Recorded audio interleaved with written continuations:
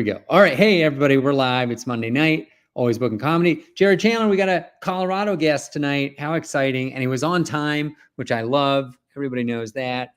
Tune in every Monday for Always Booking Comedy. Jared and I, we've spent quite a fair amount of time in cars together talking about comedy. We've been all over this green earth.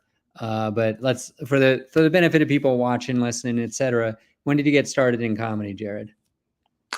Well, hey, Mark, thanks for having me. I got started in comedy in 2015. Was like my first paid gig. It was at a church, and that was a lot of fun. But I kind of just got started like doing open mics and stuff when I was, doing like church talent shows and school talent shows, like my senior year of high school. And then I found out what open mics were, and I went to like some mixed mics and that kind of thing. This is in Colorado? Yeah, this is in Greeley. Okay. Yeah. And then that's when I learned about hold on. For people who don't know, Greeley is like what, 2 hours north of Denver, an hour and a half? It's just an hour. Hour north of Denver. Kind of a farm place, but it's got a university. Yep. I don't think a lot of people have heard of Greeley outside of Colorado. So yeah, no, that's a good point. Yeah, so it's like along I-25, you got the Springs, Denver, and then Fort Collins, and then Greeley is just a little bit east. We got North Carolina weighing in. They know all the way on the East Coast about that. Oh, yeah. Well, they probably because people say UNC, which is the school in North Carolina, but we say UNC and then put a little O next to it for Northern Colorado. So got it. Yeah. So there's a lot of confusion there sometimes because I say, I went to UNC, and people are like, you went to North Carolina? I'm like, no, actually. Nice. Yeah. Okay, cool. So you got started a while ago. You started hitting open mics. There were open mics in Greeley, or were you going to Fort Collins? Yeah, there was like some there were like mixed all acts open mics. So like there would be some musicians playing and stuff.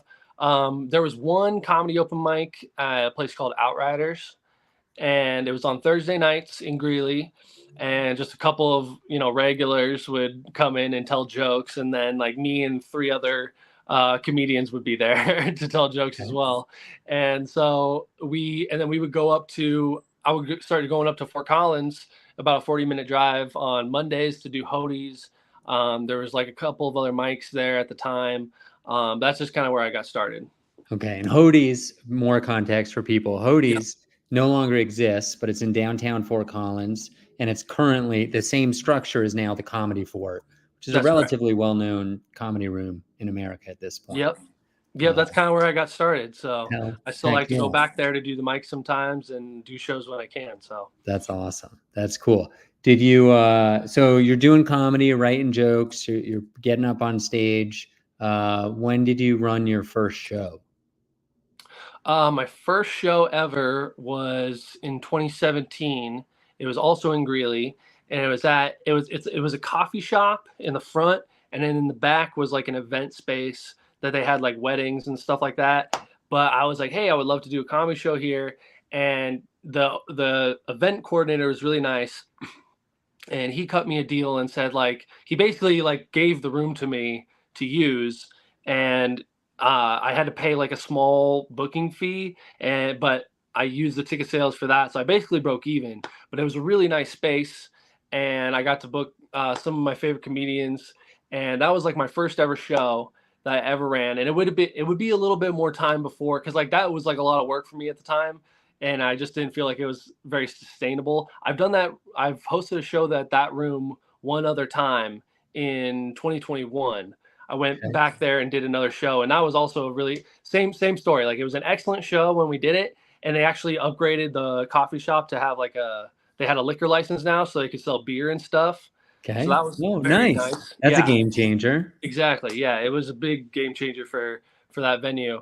But kind of same story where I was just like, like it's a lot of work to get people in here, and I just don't think that we'll break even every time, So I took it other places where I could do shows on more consistent basis and still make a little bit of money and bring more people in. Let's dig into some of the negatives of show running. It sounds like you basically figured it wasn't worth it. But before we do that, why were you motivated to start that show in the first place? Well, I was motivated because I was doing comedy, I was going to school, and I just joined So a you're in fraternity. college at this Yeah, time? yeah, I Wow. was in college. I was Go in get like her. yeah, yeah. Well, I was going to school and my family lived close by, so I was, kind of taking care of school business. I had a part-time job, so I was doing all these things, but I wasn't getting enough comedy exposure because I would have to drive to Fort Collins to see any other comedians, and it was just me and one other comedian in Greeley, like hitting the The mixed mic. the mixed mics, yeah. Yeah. And then occasionally we go up to Fort Collins, sometimes Denver, but I just people didn't know me and I didn't know them. So I was like, hey, what and like people I would do like comedy at for like an event or something at the school. Like they would have a talent show at UNC, so I would do it there. That was when I opened for Pete Lee actually, Huh. because Pete came to UNC for the freshman opening night, and I was the only comedian on campus. So the The best coordinator, comedian, some would say, on yeah, campus. exactly, yeah. Number So one. exactly, yeah. So the event coordinator for the freshman night for like the student activities, he booked me. He said, "Hey, do you want to open and show us what you got?" And I was like, "Okay." So I did like I just joined the fraternity on campus too.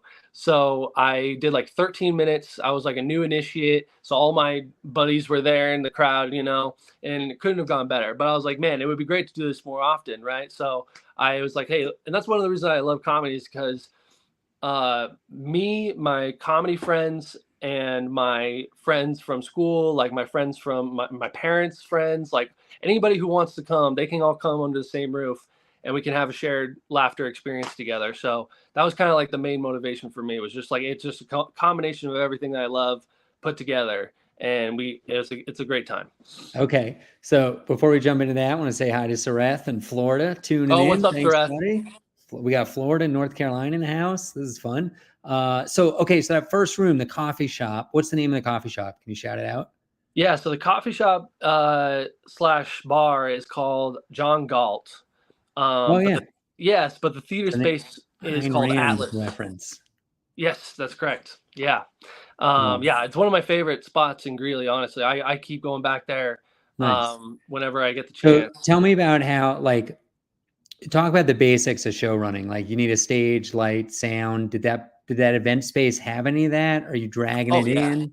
Oh no, they see that was one of the good things about that room too is like it's built for like they have church services in there, like they have concerts, they have poetry readings, like they do all kinds of stuff. So they had a full sound booth with a full light control panel, like anything I wanted. So I was able to control the lights. I was able to control this. They had like a soundboard that I was able to use. Actually, I might have had to bring in like a speaker or Okay. something. I can't remember. Yeah, I think the speaker maybe, but they had all the chairs I needed. They had a backdrop, which That was sounds really pretty nice. good. So was the problem just getting audience members? Yeah, so it's like, there's some rooms that like have a built-in like people are coming and going kind of thing. Like people know about the space and like they know that they have events there, so they'll look out for posters and stuff like that. And or that's like kind of part of uh their culture in their community is that they hold events there. This was more of like it's a coffee shop primarily, and people are going there to study and work on things and stuff like that. And they're not necessarily like there's beer there at night, but like that's more of an enticing thing for the events, I think, that they Right. added later. So the problem is just like, yeah, just getting people like to go to that space for that event and pay money for it. And it's just a lot harder to do like from like it had everything built in, everything was perfect about it except for the audience that Yeah. you needed to market to and you needed to grab people's attention and pull them in. So Yeah. that was the difficult part with that room. So like to get and it's a huge room too. Like you could Wow. it's like it's like a big it's like it's perfect for like Like what, a weddings and couple for like hundred capacity? maybe like you could comfortably fit 100 people in there. Okay. Yeah, and like you could pack in like maybe more, Okay. but yeah, so like both those shows that I did, 2017, 2021, I got about 25 people or so in there. And Pretty good, but yeah, not great for a 100-person space. right. And like the second time, I learned a lot since then. So the second time, like they had like these partitioners that you could set up. Yeah. And so instead of like packing people like a club, like just row by row, I had like little pockets of places where people could sit with like tables. Yeah. And I put the partitions up behind you. So it Yeah. kind of enclosed you in a little bit better. Nice. Yeah. And so that show was so much fun. I decorated the stage. Like I had like a carpet and like I had like a little podium with a globe on it and stuff. Like Nice. it had aesthetic qualities to it. Yeah. So back in 2017, how did you book that lineup? I knew people like back then. So I was probably like a year. Like I say 2015 was my first paid gig, but like I started working more like in 2016 around there, and that's when I started hitting the Fort Collins mics more consistently. So, I knew I've been in it for like a year and a half or so, almost 2 years. So I booked David Rodriguez, Nice. to headline, which was awesome. Rachel Weeks, who was doing stand up here at the time. Yeah. And so I met in her LA now, I think. Yeah, she's in LA. I booked her for like, so I met a lot of people through the Fort Collins scene because they would bring people up to like the Boot Bar and Grill when they were having shows there. The Aggie, like the Hoodies had some shows. Like there was shows going on, and I would meet people from Denver all the time. Okay. And then I booked. It was like a couple more local people that I'm blanking on at the time. But that was the feature and the headliner. But that's how I knew those guys.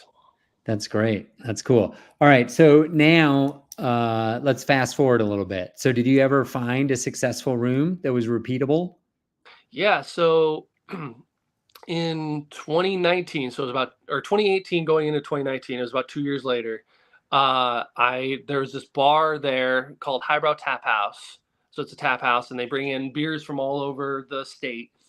And they had just opened. And one of my buddies went there, and he heard that they were looking for entertainment, and they might be interested in doing comedy. So I just approached them, and I said, "Hey, like, my friend tells me that you're having a thing here. Like, I think I just turned 21, so I was like, this is great. Like, I would love to do a show here in your space." And they were like super excited about it, and they're like, yeah, that sounds awesome, we would love to do that. And that's kind of one of those venues that like they have events all the time. Like they have trivia now, they have like some music and stuff. I ended up hosting an open mic there for a little bit, but that room was like my first room that like I really got to cut my teeth at producing. And I was doing a monthly show. I did it for a full year, 12 shows before, and a handful of open mics before COVID happened. So right. Like it was perfect timing because like it was right in February, and then we hit our 1 year mark, and then COVID happened. I was like, perfect. Like I can take a little bit of a break from this. So nice. Was that a free show, or were you selling tickets? That one was free, and we just had a negotiated flat fee. Okay. And at the budget, would you collect tips or anything? No, I should have. Yeah, because like that was one of the reasons why it was at the time that was kind of hard to like. All the shows there were great, but like one of the like sometimes the bar was like, oh, we didn't make very much money tonight because like a lot of my friends were not 21 and could not drink yet. So like I would fill the room, but then like the bar was like, nobody's ordering drinks, right? Like, and then like it's one of those rooms where it's like long and narrow, and the bar is alongside the wall. Okay. You feel me? So it's like one of the worst. So like there's like a small area in front of the bar. It's next to the door.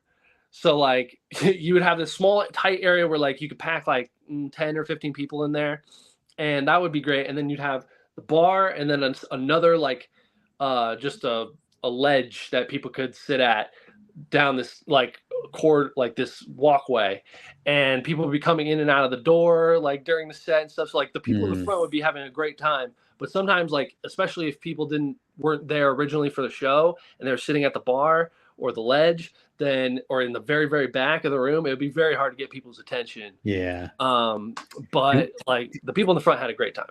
Okay. And so this is coming up into COVID. Similar booking strategy? Were you watching comedy in Fort Collins and finding people, or were you getting more into Denver at that point?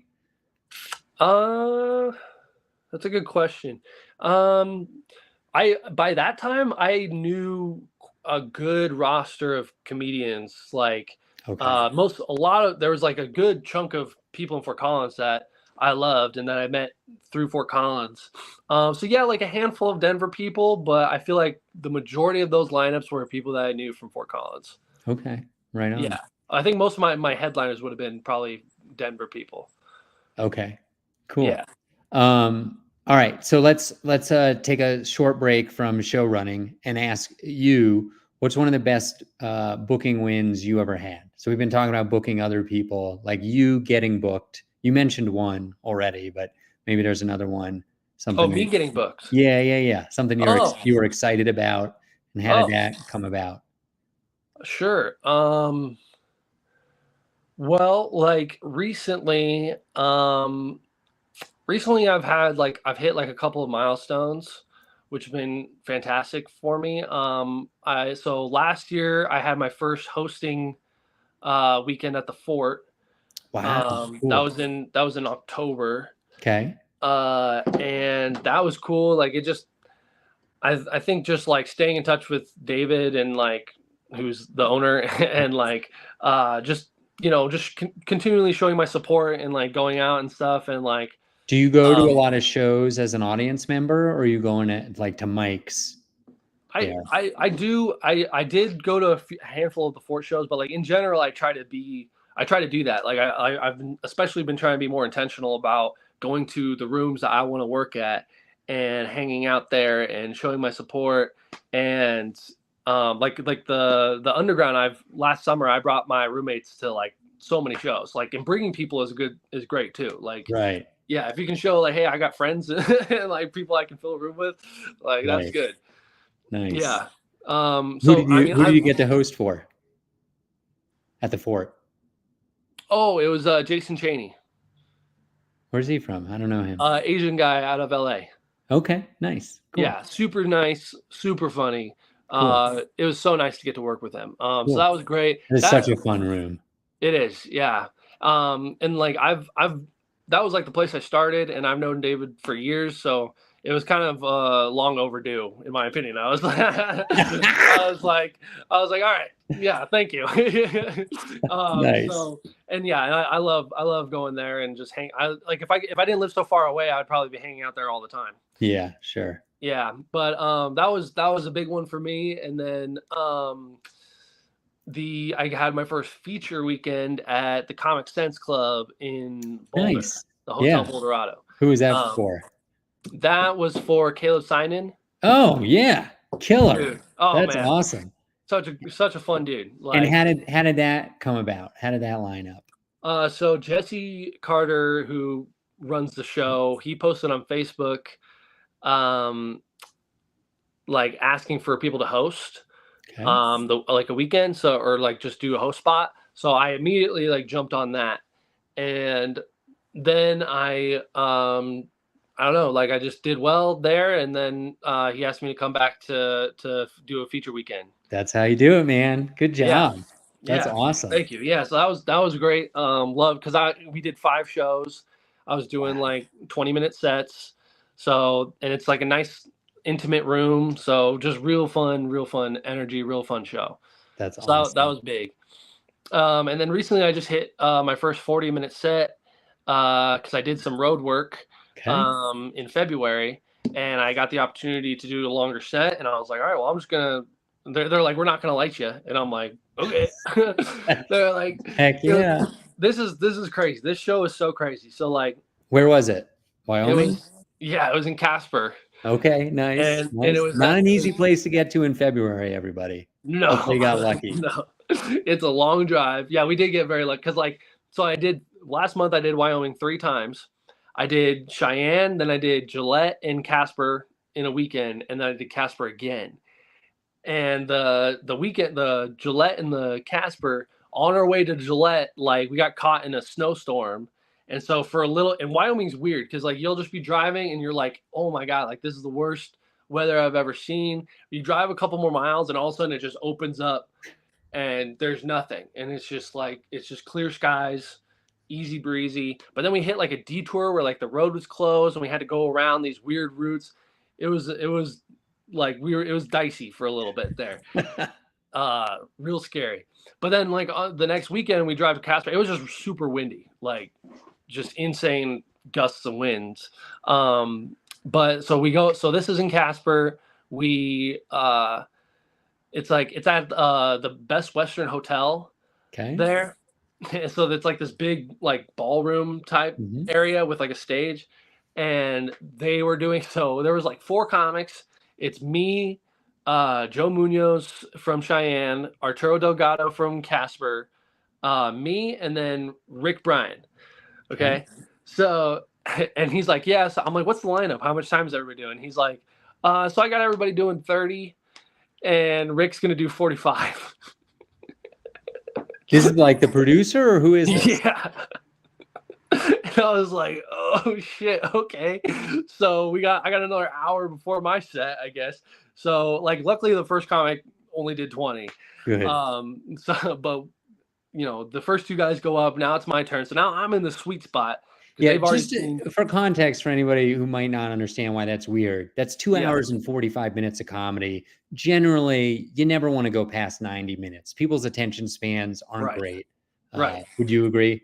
Oh, yeah. Everyone gets tired or drunk. Yes. By the 90-minute mark. Okay. So, and like the thing in Wyoming, because like what some of the other shows I've done in Casper, like the one show I did, they had like, you know, an hour to an hour and a half of comedy, an intermission where people went out and like got more drinks, got food, and then came back and sat down for another hour of comedy. And so I think it's just because like they don't get a lot of entertainment up there. So like when they'll pay a lot of money for a ticket. So when they go out, like it's an evening, like they're gonna be out there and they're gonna watch, and that's what they did. Like they were great audience members. They were a little sleepy, like just naturally by the end of the show. But like the heckling didn't get out of control. Like there was like, you know, people were attentive and like. How many people were there, roughly? It was a big ballroom. I would say like 100 to 150. Wow, that's great. Yeah, like they were kind of scattered. So the producer knew what they were doing in some aspects. Yeah, no, totally. It like and they, I mean, people, and there was food with it too. So like people were able to get food before the show. Come sit down, and there was a bar in the back of the ballroom. Okay. So like it was all dark in there, so like people could get up, go get a drink, come sit back down, like whatever. There's bathrooms nearby, like, so it was a long show, but like they stuck it out and they were there for the whole thing. That's awesome. Oh yeah, yeah. So give me one thing that was awesome about your 40-minute set, and one thing you would do differently next time you do a 40-minute set. Okay. So one thing that was awesome was like being playful and like being like not too rigid and like too stuck to the material. Right. And like, I don't know, it was like, they were good. They were fun. Like I had crowd work kind of built into the set. So like, that was like something I was like, let's work on it, you know? And so I gave myself an opportunity and like, you know, I did some playful stuff and it went okay, I think. And then one thing I would have changed would be, I took a swing on this one joke that it was like one of my favorite jokes to tell, but I was like, they're going to like this or not. I don't know. But like, and like, it didn't go over super well, but like, I think just like, pacing and I didn't bring water up on stage with me, so like I had to like ask for my girlfriend to bring me water from the back of the room because I like that's a good pro tip. Yeah, that's funny. Exactly. That is used to doing 5 to 7 minutes. Now you're doing 40. I need some hydration. I'm like, oh shit, my mouth is dry. Like, oh no, like, and I thought I could power through it. And then I was like, I actually do need water right now. So. Nice. That would be one thing I changed. And then just like remembering to pace yourself, like don't get too like focused. Like it doesn't have to, it's like a 5 to 10 minute set or like even like 15. You want to have consistent laughs as much as possible, but like a longer set for a longer show, like it's okay to like have peaks and valleys where you're kind of just like you're just going on a journey with the audience, and like it doesn't have to be like punch after punch, because then they'll get too tired. You'll get tired and they'll get tired. Right. So and you don't want to wear everybody out by minute 20, because then you're only halfway through and you've already done 20 minutes. So yeah, just pacing, and like I did 40. I was only supposed to do 30, so like I could have taken out that joke that didn't hit super great. Right. I mean, I'm still glad I tried it, but yeah. What was the like? Does it work in Denver? Was it specific to Wyoming, or is it just the way you tell it? You told it that one night. Yeah, it's kind of one of those that's like hit or miss. You just kind of gotta know what kind of audience you have. Yeah, like so. Yeah, if you have the audience that's right for it, like it's good to bring it out. But sometimes it's best to just be like, nah, like. Okay. But you never know. Like it's sometimes good to try something, because like you got to take risks. Yeah, exactly. Yeah, sometimes that's how you learn. Yeah, and you don't want to misjudge your audience either and think like, oh, like they won't get this or whatever, or they won't like this. Like you might be surprised. They might like it. And if you just give yourself an out, like if you get a little bit into the joke and they're starting not to like it, you just be like, never mind. Like just back it up and then go on to something else. So all right. Amazing. Great booking wins for you. That's so cool. We're running out of time. Want to take an audience question and talk about your current room some before we get out of here. So here's a question from North Carolina. Did either of you lose interest or cut down big time in going to shows as a fan? Shows you are not booking or performing on seems to be less entertaining, and you end up analyzing the venue and sets more critically. Jared, I'll give you first stab at that. Like, so the question is like, do I ever go to shows and I'm like, I'm bored or something? Yeah. Like, over time, did your number of shows you're attending as an audience member go up or go down, and why? Oh, well, it goes down because you're working more. You're getting on stage as a performer more. But I still make an effort to go out. Like if I see a headliner that I love at like the Underground or something, or the Lounge or the Fort or wherever, then like if I really want to go, I'll go. Like I brought my girlfriend to see Pete Holmes at Comedy Works because I just wanted, because he's coming to town. I love him. I'm a big fan, and I still enjoy myself at shows. Like I laugh. Like I bring my friends to Wide Right on Fridays because I love to see the show before, and I love to see the roast battle. Nice. So like I won't even be on the show. I'll just bring my friends to go see it because we'll get food, we'll get drinks. It's a great opportunity to socialize and hang out with comics with no agenda, because you're not on the show. You may not even have the intention of being on it. And like, even if you do, you can still be there and show interest. And my rule is like, go out on the nights that you want to be working and work out on, and go to the rooms that you want to be working. Yeah, that's close to what I was going to say. I actually go to more shows now than I ever have, because there are rooms that I'm trying to get into and I just want to show my face, because I run a lot of shows myself, and comics who come to my shows, I will book them. It's kind of like a laziness. You're in Vail too, so. Yeah, well, yeah. Denver is the one that most people come to. People aren't really coming through Vail. Although I'll tell you a quick story. In Eagle, which is my farthest away show, it's Vail Comedy Show. It's a pop-up about half an hour from Vail. My favorite room in the whole state. It's incredible. So fun. We had 2 comics miss a show recently. And I had a comic who was going to come to the show. He wanted time. And I was like, I'm sorry, we're overbooked, but come, I'll give you a free ticket.